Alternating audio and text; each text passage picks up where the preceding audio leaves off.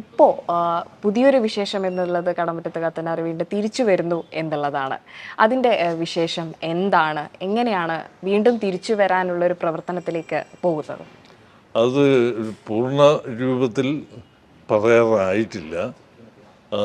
എങ്കിലും ആ പഴയ കത്തനാരല്ല, അതിൻ്റെ ബാക്കിയായിട്ടല്ല അത് ചെയ്യുന്നത്. കുറച്ചുകൂടെ ഏജ്ഡായിട്ടുള്ള ഈ കാലഘട്ടത്തിലേക്ക് മടങ്ങി വരുന്ന കത്തനാരായിട്ടാണ്. എത്രയോ വർഷങ്ങൾ എന്നാണ് ചേട്ടൻ്റെ ഒരു പോസ്റ്റിൽ പറയുന്നത്, 300 സംതിങ് വർഷങ്ങൾ 450 വർഷം വർഷങ്ങൾ എന്നുള്ളത്. അത് സീരിയലായിട്ടാണോ, എങ്ങനെയാണ്, സിനിമയായിട്ടാണോ, എങ്ങനെയാണ് അതിനെ കൊണ്ടുവരാൻ? സിനിമയല്ല, സീരിയൽ തന്നെയാണ്. സീരിയൽ തന്നെയാണ്. അപ്പോൾ ഈ ഒരു സമയത്ത് സീരിയൽ ആളുകൾ എത്രത്തോളം ഏറ്റെടുക്കും എന്ന് തോന്നുന്നുണ്ടോ? കത്തനാരെങ്ങനെ ഏറ്റെടുക്കും എന്നുള്ളതിന് എൻ്റെ മുമ്പിലുള്ള ഒറ്റ പ്രതീക്ഷ ഇതാണ്.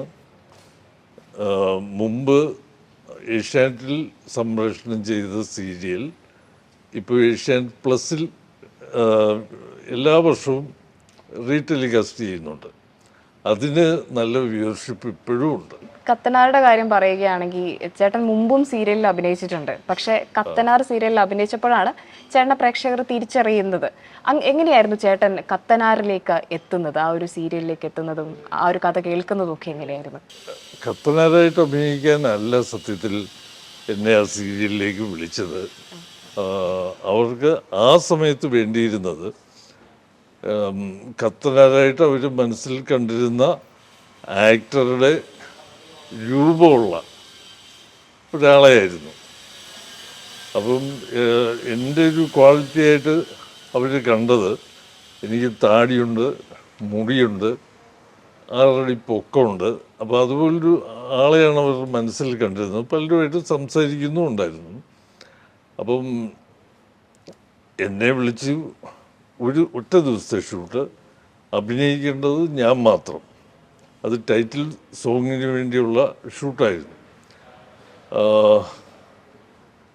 ഞാൻ ആ ഒരു ദിവസം മുഴുവൻ ഞാൻ അഭിനയിച്ചു എന്ന് വെച്ചാൽ ഒരു സീനില്ല. അങ്ങോട്ട് നടക്കുക, ഇങ്ങോട്ട് നടക്കുക, ആകാശത്തേക്ക് കൈ ഉയർത്തി പ്രാർത്ഥിക്കുക, ഇങ്ങനെ എന്തൊക്കെയോ ചെയ്തു. അതിന് 3-4 മാസങ്ങൾക്ക് ശേഷമാണ് എന്നെ വീണ്ടും വിളിച്ചു. അപ്പോഴത്തേക്ക് അവർ തീരുമാനം മാറ്റി. ആ ഡ്യൂപ്പായിട്ട് അഭിനയിച്ച ആളെ കത്തനാരായിട്ട് അഭിനയിപ്പിച്ചാലോ എന്നൊരു ആലോചന വന്നു. എന്നെ വീണ്ടും വിളിച്ചു. ഞാൻ പോയി. കത്തനാരായിട്ട് അഭിനയിക്കാൻ എന്നെയാണ് തിരഞ്ഞെടുത്തിരിക്കുന്നത് പറഞ്ഞു. അങ്ങനെ യാദൃച്ഛികമായിട്ട് കത്തനാരായ ആളാണ് ഞാൻ. അതുപോലെ ചേട്ടൻ ആ സമയത്ത് യേശുക്രിസ്തുവായിട്ടൊക്കെ അഭിനയിച്ചിട്ടുണ്ടായിരുന്നു. അതുകൊണ്ടായിരുന്നു ഈ ഒരു താടി, അങ്ങനെ ഒരു മുടി അങ്ങനെയൊക്കെ വന്നത് അതിന് വേണ്ടിയിട്ടായിരുന്നു യേശുക്രിസ്തു ആയിട്ട് അഭിനയിക്കുമ്പോൾ? ഒരിക്കലുമല്ല. ഞാൻ മുടി വളർത്താൻ തുടങ്ങിയത് ഞാൻ 10ാം ക്ലാസ്സിൽ പഠിക്കുമ്പോഴാണ്. അന്ന് ആ സ്കൂളിൽ അല്ലെങ്കിൽ ആ പ്രദേശത്ത്, എൻ്റെ നാട്ടിൽ ആദ്യമായിട്ട് മുടി വളർത്തുന്നത് ഞാനാണ്. രണ്ടാമത് എനിക്ക്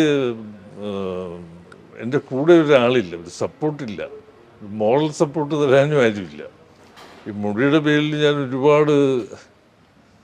ഒരുപാട് ചീത്തവിളി കേട്ടിട്ടുണ്ട്, മുടി വളർത്തിയതിന്. അതെ. പക്ഷേ ഒരു 2 മാസത്തെ അവധിക്ക് ശേഷം സ്കൂളിൽ മടങ്ങി ചെല്ലുമ്പോൾ എൻ്റെ ക്ലാസ് ടീച്ചറുണ്ട്, ജോർജ് വർഗീസ് സാറ്.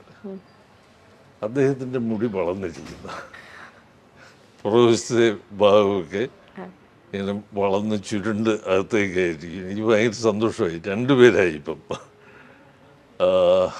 അങ്ങനെയാണ് മുടി വളർത്തി ആരംഭിച്ചത്. അതിനുശേഷം ചുരുക്ക സന്ദർഭങ്ങളിൽ മാത്രമേ ഞാൻ മുടി വെട്ടിയിട്ടുള്ളൂ. മുടി അങ്ങനെ എൻ്റെ ശരീരത്തിൻ്റെ അല്ലെങ്കിൽ ജീവിതത്തിൻ്റെ ഒരു ഭാഗമായിട്ട് മാറി.